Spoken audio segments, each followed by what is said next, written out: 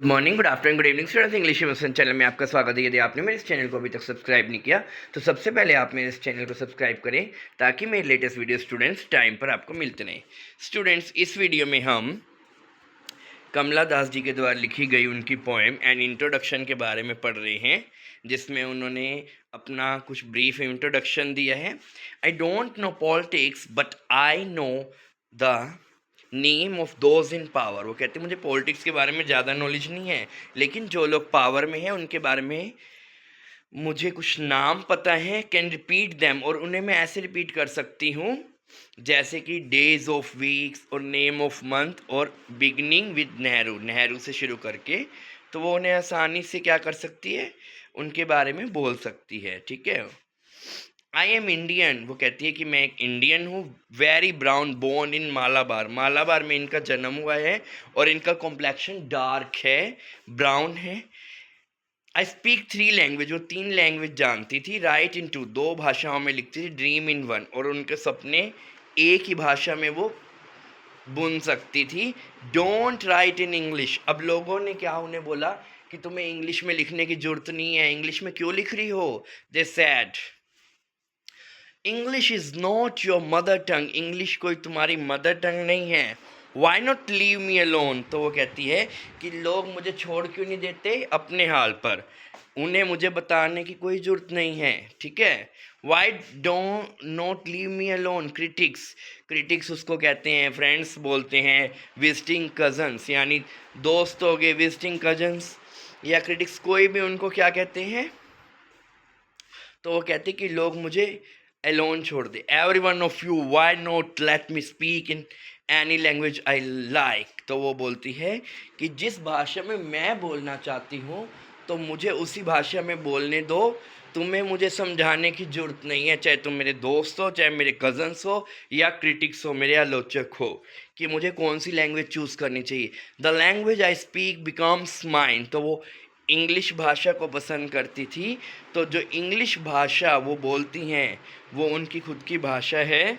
Becomes mine, it distortions its squareness, all mine all alone, तो चाहे वो कैसी भी भाषा है उसके अंदर चाहे वो असंगतियां हैं या फिर उसमें कोई भी कमियां हैं, वो उसकी खुद की भाषा है। और वो कैसी भाषा है उनकी, हाफ इंग्लिश हाफ इंडियन, आधी वो इंग्लिश है और कुछ इंडियननेस भी उसमें देखने को मिलती है। तो ये एक इंडियन इंग्लिश की पोइट हैं कमला दास जो हैं, इंडियन इंग्लिश में इनका बहुत नाम है।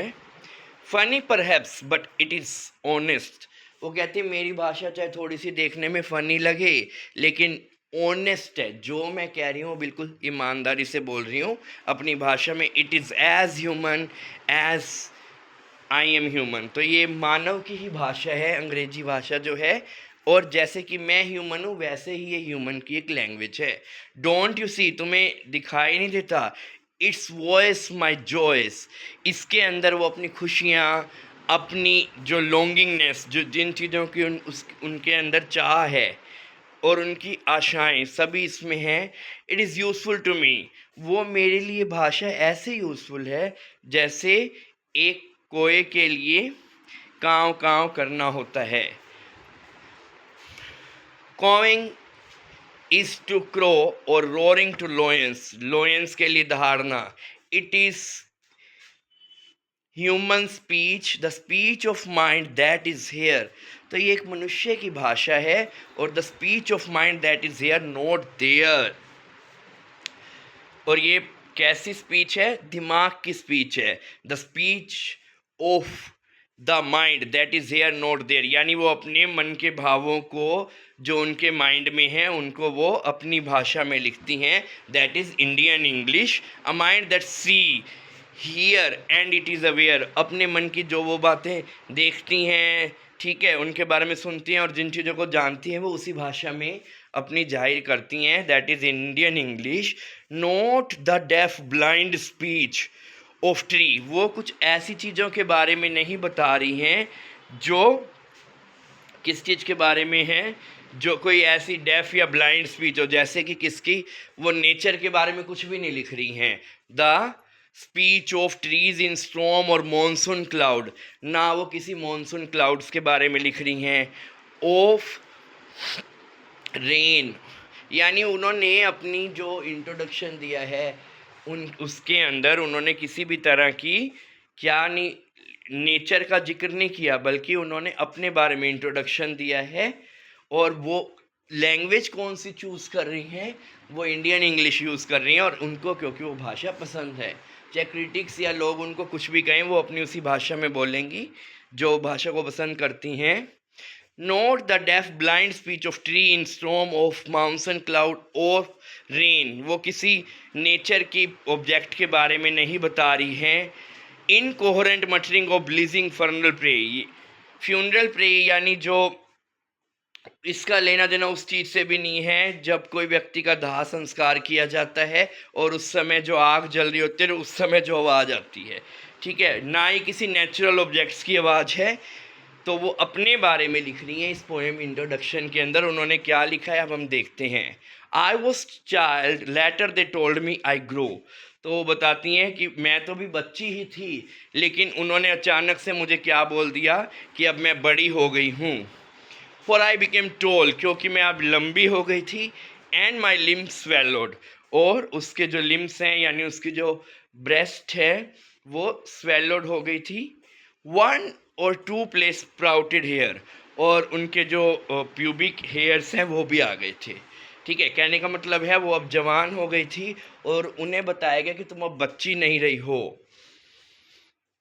When I asked for love, जब उन्होंने अपने हस्बैंड अपने पति से क्या कहा, प्यार के लिए कहा, तो बल्कि उन्हें प्यार के बदले में क्या मिला, not knowing what else to ask for, अब उन्हें पता ही नहीं था कि प्यार के अलावा कुछ और फिजिकल इंटीमेसी भी होती है।